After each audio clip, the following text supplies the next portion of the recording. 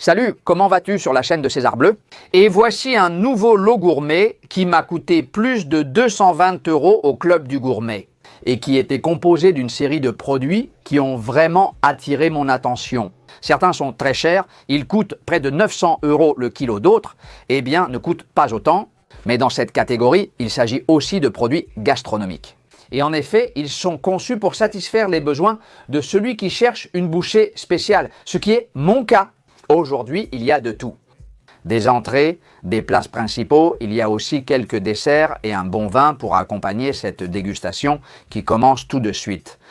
Et je commence par ces olives Manzanilla, il est écrit ici, farcies d'anchois de la mer Cantabrique, de la marque Club del Gourmet. Attention, elles coûtent plus de 23 € le kilo. J'ai bien vérifié la photo sur le paquet. Parce qu'on dirait qu'il y a un vrai anchois et que normalement, eh bien, les olives farcies à l'anchois contiennent souvent une pâte à l'anchois et non directement de l'anchois. J'ai lu les ingrédients et il est écrit ici olive, manzanilla verte, eau, sel, anchois et il y a le mot anchois. Je comprends donc que ce n'est pas cette pâte. À ma grande surprise, en le regardant sur le site web du Club Gourmet, sur le site, il est indiqué que les ingrédients sont différents, que c'est une pâte d'anchois qui contient 6% d'anchois et qui contient aussi de l'eau. Je ne sais pas quoi d'autre. Attention, il y a aussi quelque chose que je n'aime pas, le E621. Pourquoi je n'aime pas ça? Eh bien, parce que c'est le fameux glutamate monosodique qui est fait justement pour renforcer les saveurs là où il n'y en a pas. Et en fait, ce que ça fait, c'est ajouter quelque chose qui n'est pas dans ce produit, en plus de toutes les choses négatives qu'on dit de ce composant. Et j'ai aussi un vin, bien sûr, et comme je suis à Madrid, cette fois j'ai choisi un vin d'ici, des Madriles, les Moradas de San Martín. Je ne l'ai pas seulement choisi parce qu'ils viennent de Madrid, mais aussi parce que c'est une édition numérotée. Ceci est la bouteille numéro 706 sur 3151. Et aussi parce qu'il y a ici quelque chose de très joli sur l'étiquette, c'est qu'il est écrit que c'est une vendange manuelle. Élevé 18 mois en fût de chêne français, millésime 2018. Et avec ça, le festin d'aujourd'hui commence. Eh bien, j'ai déjà tout préparé ici, la table est mise et on va commencer par ouvrir le vin. Il y a de la cire sur le dessus, donc il faut piquer directement ici. C'est bon, le bouchon est sorti parfaitement et maintenant, voilà. Je vais le laisser là un petit moment, qu'il serre un peu, plus il serre, mieux c'est pour un vin de ce genre. Et pendant ce temps, je vous dis que j'ai ouvert les olives et elles ne ressemblent en rien à celles du paquet. Donc on va goûter, mais celle-ci est même vide, non? Bon, voici le contenu d'un des petits pots qui étaient là, ça ne ressemble en rien, mais alors en rien à celle du paquet. Et regarde, mais bon, je vais en ouvrir une ici. Ça n'a même pas d'anchois, ni rien qui y ressemble. Il y a juste cette fichue pâte d'anchois. Anchois, alors. Qu'est-ce qui se passe? Alors, qu'est-ce qui se passe, messieurs? Qu'est-ce que vous faites, non? Olive farcie à la pâte d'anchois. Pourquoi mettez-vous le mot anchois là-dessus? Eh bien, ce n'est pas possible. C'est de la pâte d'anchois, non? Elles sont très bonnes d'un autre côté. Mais quelle déception j'ai eue, dis-moi. Si ça ressemble en quoi que ce soit à la photo, eh bien, je te le dis. C'est juste que l'olive est ronde. Enfin, ronde. Au fait, savais-tu que les olives Manzanilla n'ont rien à voir avec le goût de la pomme? L'olivier a une couronne très arrondie, ce qui lui donne l'apparence d'un pommier. C'est pourquoi on l'appelle Manzanilla. Quelle déception, même celle-ci est vide. Mais alors, plus vide, ce n'est pas possible. Il n'y a vraiment rien du tout, mais alors rien du tout, eh bien, on commence bien. Ma chance, c'est que tout cela n'est pas des collaborations. C'est moi qui ai payé tout ça de ma poche. Et je peux dire ce que je veux et montrer les choses telles qu'elles sont. Elles sont bonnes, mais il y a beaucoup de glutamate, pas beaucoup d'autres choses. Je ne sais même pas si on la verra à la caméra du dessus. Elle a l'air un peu moche. Elles ne sont pas chères, n'est-ce pas? Enfin, un peu de déception. En cherchant des infos sur Internet pour voir comment ils fabriquent les produits, j'aime toujours en savoir un maximum sur ce que je vais goûter. C'est là que j'ai vu que sur Internet, il y a certains ingrédients et sur le paquet, il y en a d'autres. Si j'avais su que c'était fourré à la pâte d'anchois, tu vois, je les ai prises justement pour ça. Et en voyant la photo et tout ça, et en lisant les ingrédients, je me suis dit, elles sont fourrées à l'anchois. Vraiment, bon, tant pis. Un échec total, et je trouve ça vraiment dommage, même si je suis un fan de la marque du Club Gourmet. Là-dessus, c'est un sacré faux pas. Enfin, on continue parce que je pense que le prochain sera sûrement un 10. Et ça, ce sont des gildas, attention, mais des gildas fumés. Eh bien, la Gilda classique avec son piment doux, son anchois et son olive manzanilla, mais cette fois-ci en version fumée. Celles-ci sont préparées par l'entreprise Rooftop Smokehouse de Barcelone. Voyons voir ce que valent ces olives qui, d'après ce qui est écrit ici, contiennent l'anchois, le piment doux et l'olive, et je dois comprendre que ce qu'ils ont fumé, ce sont les olives, les piments doux et les anchois. Je ne sais pas, voyons ce que ça donne. Fidèle à la tradition, je vais ouvrir la boîte ici, en direct. Voyons voir si cette année encore je bats le record de ne pas me salir en ouvrant des boîtes. Pour l'instant, cette IAM a l'air de bien se passer. Oh là là, la boîte est bien plus grande que ce qu'elle contient. Par contre, dès qu'on l'ouvre, ça sent le fumé, c'est vraiment agréable. Ouf, et quel aspect ça a! Le liquide est tellement clair, je ne sais pas si c'est de l'huile. Voyons combien il y en a, je vais toutes les mettre. Une tournée par là, une tournée par ici. Eh bien, il y en a 1, 2, 3, 4, 5 et 6 là dans la boîte que je vais retirer d'ici pour essayer de ne pas me salir avec comme elles sont jolies. Je ne comprends pas pourquoi ils n'ont pas utilisé un récipient en verre pour qu'on voit de l'extérieur. Elles sentent vraiment fort la fumée. Ici, c'est du vrai anchois, pas de la pâte. Il y a le piment doux auquel on a enlevé la tige pour qu'il ne soit pas amer et il y a 2 olives. Eh bien, mon Dieu, je savais déjà que ce dicton « ce qui commence mal finit mal » n'allait pas être vrai. J'avais déjà testé les olives et je savais que ça pouvait rater, mais je sentais que ça allait me passionner. Un grand goût fumé.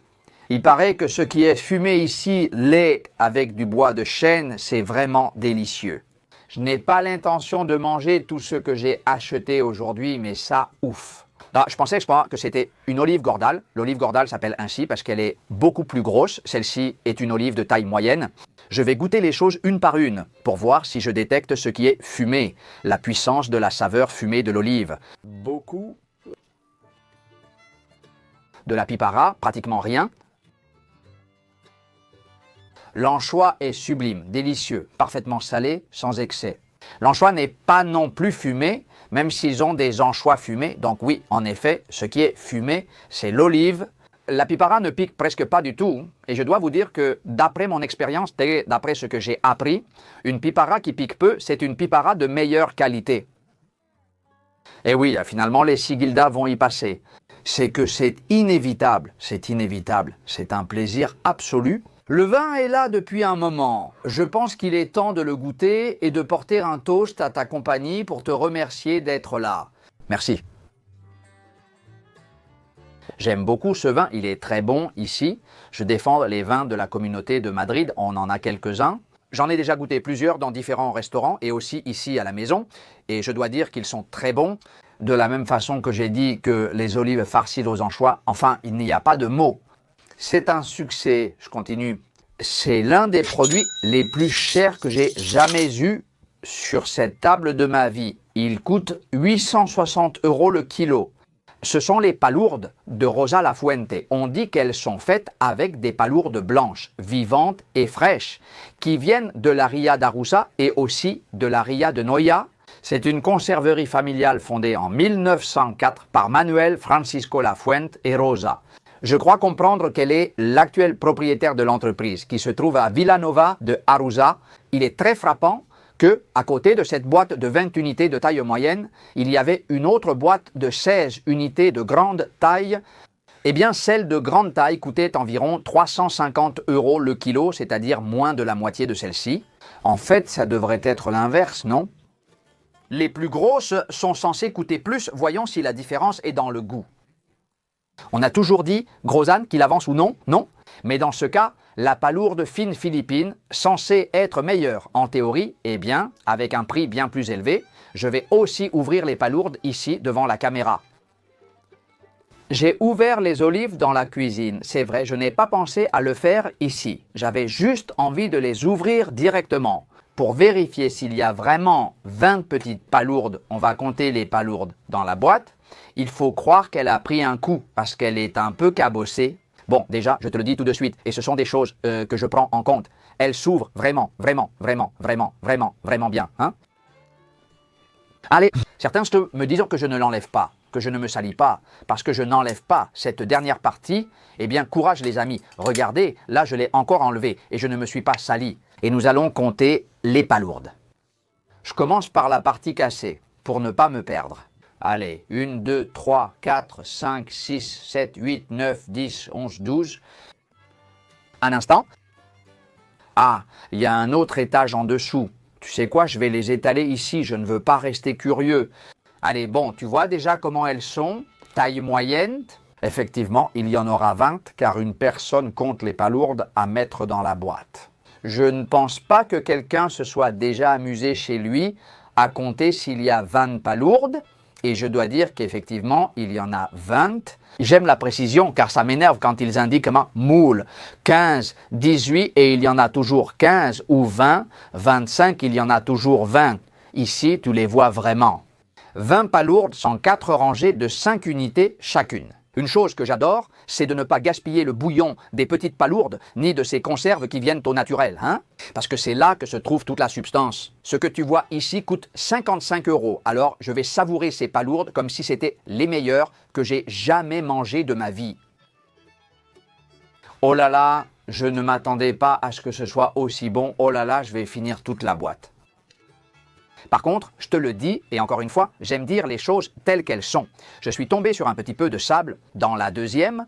La texture est presque comme une petite crème un peu mielleuse. Il y a une puissance de saveur, une saveur fine. Comme diraient les connaisseurs, c'est une saveur élégante. Quelle texture! Je suis désolé de dire qu'il y a un petit caillou qui me tombe dessus, hein, et ça ne devrait pas être comme ça, hein. Ça m'est aussi arrivé en mangeant des lactaires, surtout au restaurant, alors qu'ils étaient très propres. Tu trouves souvent un peu de terre, non? C'est pareil ici. Regardons ce bouillon, trempe le pain. Au fait, je suis allé à la boulangerie d'ici. Eh bien, la meilleure du quartier, c'est du pain au levain, une baguette de pain au levain. Ce bouillon est merveilleux, je vais le boire. Ces choses qui viennent au naturel, qui n'ont, d'après l'étiquette, que ça. Palourde, eau et sel, cette eau qu'elles contiennent a évidemment beaucoup de la substance même de la palourde. Zéro sable dans celle-ci, zéro sable, c'est l'une des meilleures palourdes que j'ai jamais mangées, hein. Tu sais que j'aime aussi les coques, et c'est pareil, hein. Même si elles sont très bonnes, il y a toujours un peu de sable. Tu n'as aucune idée du vin rouge avec ses palourdes? Plusieurs sommeliers m'ont dit de boire le vin que tu aimes avec ce que tu aimes, non? Je ne suis pas expert en vin, mais j'en goûte et j'apprends depuis quelques années. Je ne me lancerai pas sans avoir assez de connaissances. Évoquer le bouquet, l'arôme, la profondeur, des sujets que j'aborde juste pour parler. Ça m'énerve tellement quand je tombe sur un peu de terre, je viens encore d'en retrouver, hein? Je suis désolé pour Rosa Lafuente, à presque 900 € le kilo. C'est un peu à la limite de l'inacceptable que je tombe sur autant de terre, hein? Tout est délicieux, exceptionnel, mais exceptionnel, c'est que la texture est incroyablement bonne. Je comprends tout le processus de sélection de ces palourdes, tout le processus d'emballage, de préparation, mais sur 20 palourdes, il y en a déjà 3 ou 4 avec de la terre. Au fond, elles sont si bonnes que ça m'est presque égal, mais j'insiste, je trouve ça anormal. C'est un vrai caprice, c'est sûr, et mine de rien, j'ai mangé toute la boîte. Je ne pense pas que j'aurais remarqué la différence entre celle-ci à 55 et les autres moins chères, hein? Ce n'aurait pas été une question de m'acheter les deux, mais bon, je n'ai pas non plus assez d'argent pour faire des tests aussi poussés. De tester toute la gamme de palourdes de Rosa Lafuente, mais pour l'instant, s'il n'y avait eu aucune trace de sable, comme des palourdes en conserve. Un X absolu, mais avec ce problème, je ne peux pas lui donner plus de 7 pour donner un chiffre, hein? Mais elles sont très bonnes, quoi qu'il en soit, on continue. Aussi, de cette marque, j'ai essayé plusieurs choses parce que ce sont les gars de Guellumar qui les préparent. Ceci est du poulpe grillé, enfin du poulpe à la braise, qui n'a, d'après ce que je vois, que du poulpe, de l'huile d'olive vierge extra et du sel. Une conserve 100% naturelle. On va voir ce que ça donne, on va voir comment c'est. J'ai de très grandes attentes avec le poulpe grillé. Et il arrive, bien emballé dans du papier. Je te salue. Je vais me salir. Je ne vais pas me salir. On va voir l'huile d'olive qui coule par-dessus et je vais tout enlever. Eh bien, attention, parce que la photo que j'avais vue montrait une pâte entière ici bien roulée. Celle-ci n'est pas roulée ici. Je vais à nouveau sortir tout le contenu de la boîte dans l'assiette pour qu'on voit parfaitement ce que contient cette boîte de poulpe grillé. Les tentacules, la taille, non, pas très grande. Voilà ce qu'il y a dans la boîte. Tu en penses quoi? On va tout regrouper ici. Presque toutes les conserves de poulpe que j'ai goûtées dans ma vie avaient un certain goût de conserve. Comme j'ai l'habitude de dire, on ne va pas voir ce poulpe grillé. Je pense que ça se mange comme ça, en petits morceaux. La consistance est plutôt ferme. La texture est un peu dure. On sent bien que c'est cuit au grill. Je le trouve pas très juteux, hein? Il est juste en sel. Ce n'est pas un produit très salé, vraiment pas. Et il n'a pas du tout le goût d'huile d'olive. Enfin, si, il en a, hein? Tu mets la cuillère ici. Je ne sais pas si la caméra du dessus le verra, mais il y a beaucoup d'huile d'olive. Oui, oui, oui, oui, avec un petit goût de poulpe. Et bon, au final, ça a le goût de poulpe, mais je ne sais pas, c'est comme très, disons, c'est un peu léger en goût. Pour l'instant, ça m'a laissé de marbre. Ça ne me passionne pas, ça ne me dit rien. Je suis sûr que si on était ici ensemble en train de le goûter, tu penserais la même chose que moi, hein? Il n'y a rien de mal à dire, mais il n'y a rien de bien non plus. C'est-à-dire, bon, écoute, le moche a plus de goût de poulpe que le poulpe lui-même, et je ne trouve pas que ce soit un produit vraiment gourmet. Je n'aime pas plus le moche que le poulpe. Nous allons continuer. Et ici, les œufs de Marouka à 96,50 € le kilo. Ceci est un morceau d'œuf qui est fabriqué de manière artisanale depuis plus de 50 ans. On la considère comme le caviar de la Méditerranée. Elle vient de Carthagène en Murcie. Et cela attire mon attention parce qu'on dit qu'on peut la déguster en fines tranches ou qu'on peut la râper pour, par exemple, la mettre sur des plats de pâtes. Enfin, voyons voir ce que ça donne. C'est écrit ici. Ouvrir l'emballage 10 minutes avant de consommer. Je vais le dresser, le laisser reposer 10 minutes et le goûter. La Marouka est à température. J'ai coupé 3 tranches et je vais remplir le verre. Voyons le résultat. Eh bien, qu'est-ce que c'est bon? Ça lui va comme un gant, non? Le nom de caviar de la mer, c'est du pur umami, comme on dit, hein? Mais vraiment du pur umami, oh, quelle explosion de saveurs! Oh, ça me plaît vraiment, je le verrai plus à manger avec du pain que comme ça, à la sauvage, comme moi. Oh, c'est bon, quelle texture, on dirait presque une petite crème. C'est comme un jambon de la mer, c'est-à-dire la technique du jambon appliqué à la rogue, qui, comme je te dis, est quelque chose de crémeux, salé, une texture, je ne sais pas comment te dire, comme la texture du beurre tout juste sorti du frigo, une bouchée beurrée. C'est bon? Ça a dépassé mes attentes? Non? Vraiment? Je ne m'attendais vraiment pas à ce que ce soit aussi bon. Le taco, même si ça n'a rien à voir, ça ne me rappelle pas du tout la mojama, hein? L'intensité de la saveur est très élevée, hein? Mais vraiment élevée, c'est du pur umami, hein? Je ne me suis pas servi tout le taco, sinon je l'aurais mangé. Aujourd'hui, il y a des hauts et des bas, des lumières et des ombres. Voyons ce qui arrive, je pense que je vais adorer. Pour l'instant, c'est la meilleure bouchée de cette boîte gourmande, de ce nouveau lot gourmet. De loin, des petites sardines de José Peña à 153 € le kilo. José Peña est le petit-fils de José Peña Ubiña, fondateur de la conserverie Conservas Peña à Cambados, Galicie. Eh bien, voici les petites sardines premium édition spéciale limitée. Il n'y a que 6000 boîtes, pas plus, calibre petit. Elles sont pêchées avec le seito. Il n'est permis de faire cette pêche qu'au crépuscule et à l'aube. Et on dit que celles-ci ont été pêchées à l'aube, parce qu'à ce moment-là, la petite sardine a l'estomac vide. Et c'est plus facile à nettoyer puisqu'elles sont préparées une à une. Et donc, cela facilite le travail de préparation de cette conserve que j'ai tellement envie de goûter ici.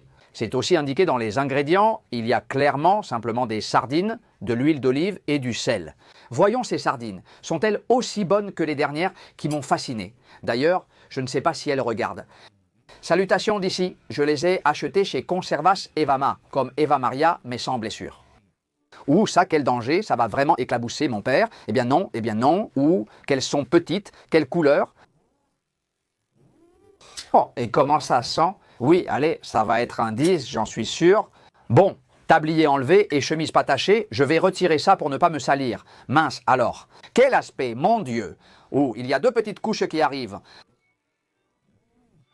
Ouh, sardines de l'aube. C'est bien au-dessus de tout ce qu'il y avait avant, non? Des dégâts, de la lumière, mon Dieu, José Peña. C'est comme un pâté de sardines doux, elles sont complètement entières. Regarde comme elles sont bien placées. Oh mon Dieu, c'est un dix absolu, hein? c'est un dix absolu. Je vais les goûter ici avec du pain. Ces huîtres sont parmi les meilleures que j'ai mangées. C'est délicieux. Est-ce que je vais les casser en les sortant? Tu vois que c'est le bout de la sardine? Elle est toute petite. Sardine exquise, exquise, sardine délicieuse au plus haut niveau. Je pense que tu peux le faire à ce niveau. Peut-être que le surpasser est impossible. Quelle chose raffinée, quelle bouchée subtile. Chacune de ces petites sardines dans les commentaires. Peux-tu me dire si tu es plus fan des sardines ou des petites sardines, hein? Qu'il y ait aussi ce débat dans le monde de la sardine. Moi, je préfère la petite sardine, hein? Plus fine, on ne sent rien. L'arête est là, mais on ne la remarque pas, non? Elle y est, je l'ai sortie ici, c'est une arête crémeuse. Oui, oui, quel spectacle. C'est vraiment à des années-lumière des autres produits que j'ai goûtés, hein? Je ne crois pas que ce soit purement subjectif ou lié à mes goûts, non. C'est-à-dire, c'est même meilleur que la Roque de Maruca. Ça, c'est vraiment un produit gourmet, hein? Enfin, c'était gourmet, je veux dire. C'était parce que les choses ont changé. Gourmet désignait une personne au goût raffiné en matière de nourriture. Et maintenant, il se trouve qu'on appelle gourmet la nourriture qui est censée plaire à ce genre de personnes. Eh bien, je ne sais pas si je suis gourmet, parce qu'au final, tout le monde aime ce qui est bon. Il n'est pas non plus nécessaire de faire des études pour être un gourmet. Mais si je comprends ce que veut dire le mot, aujourd'hui, c'est vraiment un produit gourmet, hein? Avec toutes les lettres, j'ai dévoré la boîte et j'en mangerai 2 ou 3 de plus. Sans mots, je continue. C'est de l'une des choses que j'ai le plus envie de goûter aujourd'hui, le riz aux côtes ibériques et aux poivrons grillés. Mon Dieu, ça sonne comme de la musique céleste, c'est de cette marque que j'ai déjà goûté plusieurs fois. Le paillet sort ici à l'arrière. La photo du chef que j'ai eu le plaisir de rencontrer parce qu'il travaille à Las Bayretas où j'ai déjà tourné une vidéo, Rafa Margos. Et attention, parce que ce paquet inclut, c'est écrit ici, des côtes de porc de Vélon, yaourt à 5% ibérique, en plus des poivrons grillés, de la tomate concassée. Et ça, comme je te dis, ça me donne vraiment envie. Ça se prépare rapidement d'après ce que je lis ici dans les instructions. Ici, le riz est emballé sous vide et la boîte contient la préparation au feu de bois, de côtes ibériques et de poivrons grillés. Je suivrai les instructions à la lettre et en profiterai. Cette petite paella, voilà à quoi ressemble le riz. Écoute, il y avait 270 grammes de riz. Je l'ai mis ici dans cette petite poêle de 30, 24 cm, comme je disais. Ce n'est pas une paella. Il n'y aura pas de socara, je te le dis tout de suite parce que, eh bien, ça reste plutôt crémeux avec la quantité qu'il y a. J'ai été surpris en lisant les instructions suivantes. Verse le contenu du grand bocal, porte-le à ébullition, ajoute le riz quand ça bout, laisse cuire à feu vif pendant 10 minutes et au bout de 10 minutes, pour plus de couleur, ajoute le safran. Bon, moi j'ai ajouté le safran parce que sinon ça restait trop blanc. J'ai ajouté du safran, du vrai, parce que j'en ai toujours ici à la maison. Je veux dire du vrai, ce n'est pas du colorant alimentaire, c'est du safran, du vrai safran. Je l'ai infusé et je l'ai ajouté, mais bon, ça m'étonne que le riz ne contienne pas déjà le safran. Ici, la quantité est parfaite pour 2 personnes. En fait, il est indiqué qu'après 10 minutes, il faut baisser le feu à la moitié de la puissance et que pendant la dernière minute, il faut le remonter. Si tu le veux plus fort, enfin, si tu le veux plus sec, pardon, j'ai tout fait comme ça et bon, je m'attendais à un peu plus. Conseil pour le sec. Si vous le préférez vraiment sec, augmentez l'intensité, sinon vous aurez le même souci que moi. Enfin, je vais m'en servir un peu ici et je vais laisser le reste pour plus tard. Parce que, j'insiste, mon intention n'est pas de manger toute la nourriture que j'ai sortie aujourd'hui. Ceci est l'un des 2 petits plats qui pourraient parfaitement sortir. Je trouve que c'est une bonne portion, mais c'est un riz un peu crémeux. Voyons ce que ça donne, c'est l'essentiel. C'est très bon, mais j'ai presque oublié. Il faut laisser reposer 3 minutes et corriger le sel à la 10e minute. J'ai aussi oublié de goûter. Je te le dis, à la première bouchée, j'ai réalisé que je n'avais pas ajouté le sel. J'aurais préféré qu'il ait la bonne quantité de sel, mais ce n'est pas totalement fade. Un peu plus de sel aurait amélioré le goût. Le riz, eh bien, il est très bon, vraiment, un riz très savoureux. Je ne suis pas capable de dire si c'est fait au feu de bois ou non. Ça m'arrive aussi quand je le fais moi-même au feu de bois, à la maison. Je veux dire, le goût du feu de bois. Certaines réactions varient selon la température du feu de bois. Les experts viendront dire qu'ils en savent beaucoup plus que moi, et c'est sûrement vrai. Mais personnellement, Je pense que oui. La vapeur produite par le récipient, la paella, la poêle à paella, comme tu veux l'appeler, qui s'échappe vers l'extérieur, a encore plus de force, si possible, que la fumée qui sort du bois en dessous, qui a très peu de chances de s'infiltrer juste là, surtout avec la forme de la paella, qui ressemble un peu à un cône ouvert vers le haut. Donc, je ne ressens pas cette saveur de bois dans le riz, mais il est vrai qu'en la faisant au feu de bois, la température change. Et avec cela, les processus changent, et on obtient donc un autre résultat, qui est différent. Mais tous ceux qui disent que ça a un goût de bois, moi je ne le ressens pas. Les côtes, elles sont délicieuses. Je vois qu'il y a pas mal de poivrons. C'est vraiment très bon au goût. C'est vraiment excellent. Ça commence déjà à se répandre partout. Une paella à 15 ou 20 euros au restaurant. Je vous le dis car j'étais à Valence il y a 2 semaines et j'ai mangé dans plusieurs restaurants. À Valence, je commande toujours du riz ou des paellas. La paella valencienne la moins chère coûtait 16-17 euros par personne. Personnellement, à 2, je commande pour 3. La paella coûte 50 euros, on la mange à 2, c'est correct. L'invention est très réussie, c'est très facile à faire. Personnellement, je préfère celle que je prépare moi-même. Écoute, je ne retire aucun mérite à celle-ci, mais je la fais toujours plus à mon goût. Ce qui m'a attiré, c'est la question des côtes, car il y a environ 5 ou 6 morceaux.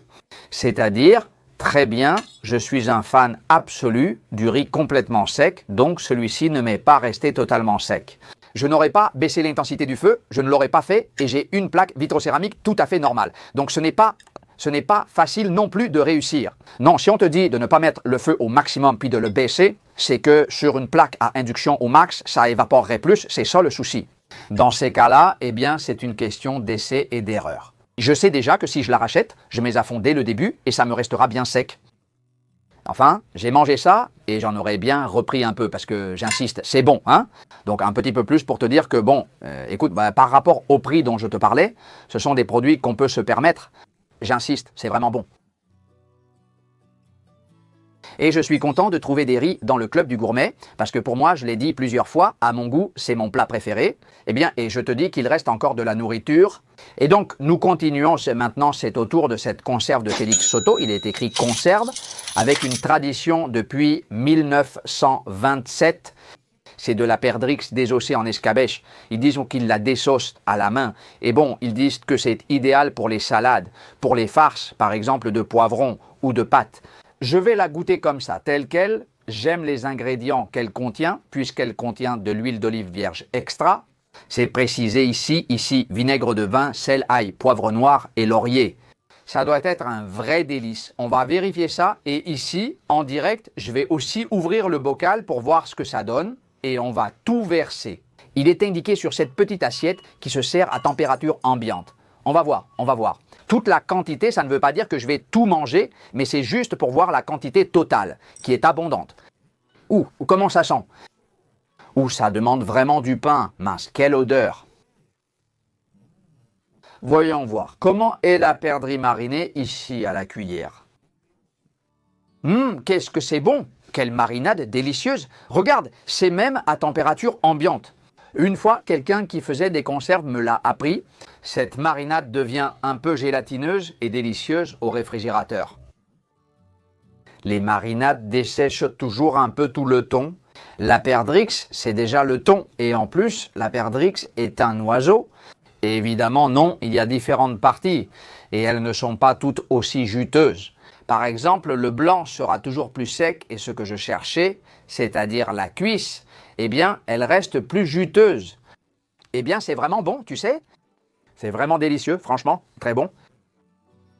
La perdrix, le faisan, autrefois, c'était des plats de la haute noblesse, ceux qu'on servait lors des festins royaux. Et regarde-moi ça, qui l'aurait cru, moi, le gamin de Valleca, je me retrouve ici à manger de la perdrix devant une caméra pour te raconter comment c'est. C'est une très bonne source de protéines, on lui a enlevé toute la peau, donc il n'y a absolument aucune graisse, rien du tout, c'est-à-dire que c'est de la pure protéine. Pour ces jours-ci, où tout le monde exagère avec la nourriture, c'est assez léger. Comme je te disais, j'ai tout versé pour voir quelle quantité il y avait. C'est donc idéal à manger, comme je le disais, pour farcir des pâtes ou pour farcir des poivrons piquilo en salade. Oui, une bonne salade irait définitivement très bien. En plus, avec cette escabèche, au lieu de mettre du thon, tu peux mettre ça. Des cœurs de laitue de Tudela surmontés de perdrix, ça me vient à l'esprit. Tu peux aussi en farcir des croquettes. Ça donnerait une super touche à une salade russe. Regarde ce que je te dis, hein? Au fait, il y a pas mal de poivre. Ça lui donne une touche piquante, très intéressante, mais il faut le souligner. Pour les gens qui ne tolèrent pas trop le piquant, c'est un piquant moyen faible, mais il y en a, hein? Et une autre chose qui irait très bien avec cette perdrix, ce serait tout simplement de la mayonnaise, de la perdrix comme ça, un peu comme ce qu'ils appellent chez Elias, je ne me souvenais plus du nom, chez Elias. La salade de merlu, qui est pratiquement du merlu avec de la mayonnaise, eh bien ici simplement avec de la mayonnaise, comme une petite salade, une salade russe, appelle-la comme tu veux, de perdrix. Ce serait aussi très bon parce que la mayonnaise lui apporterait la touche grasse qui lui manque et lui donnerait plus d'onctuosité. Enfin, je pense qu'il est temps de passer au dessert. J'en ai deux impressionnants. Allons-y avec le premier, tu vas voir.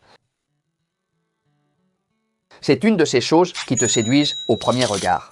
Eh bien oui, en effet, c'est un rayon de miel de la marque Melistera Selecta. Il est écrit ici que c'est idéal pour accompagner. Eh bien moi, je vais l'accompagner avec ma bouche, tout simplement, parce que je ne vais rien y ajouter. Je vais l'ouvrir ici doucement pour ne pas me salir. Et on va voir ce que ça donne. Ce rayon de délicieux miel, qui bien sûr n'est pas donné, revient à 61 € le kilo. Mon Dieu, c'est le rayon de miel. Si on te donnait seulement le miel, je me demande le prix.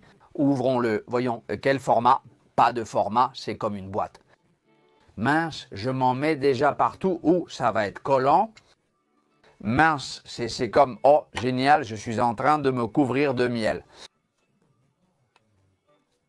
C'est comme un petit emballage ici. Regardons, voici le rayon de miel, ça semble délicieux. Voyons, le voilà, voilà le rayon de miel. Mince, quel énorme rayon, je vais essayer de le sortir. Ouh, mince, quel bruit ça fait. Ouh, mince, mais qu'est-ce que ça a l'air bon. Mon Dieu, je vais me régaler. Je vais couper ce petit coin ici, mince. Voyons voir ce que ça donne. Ça sent très bon. Oh!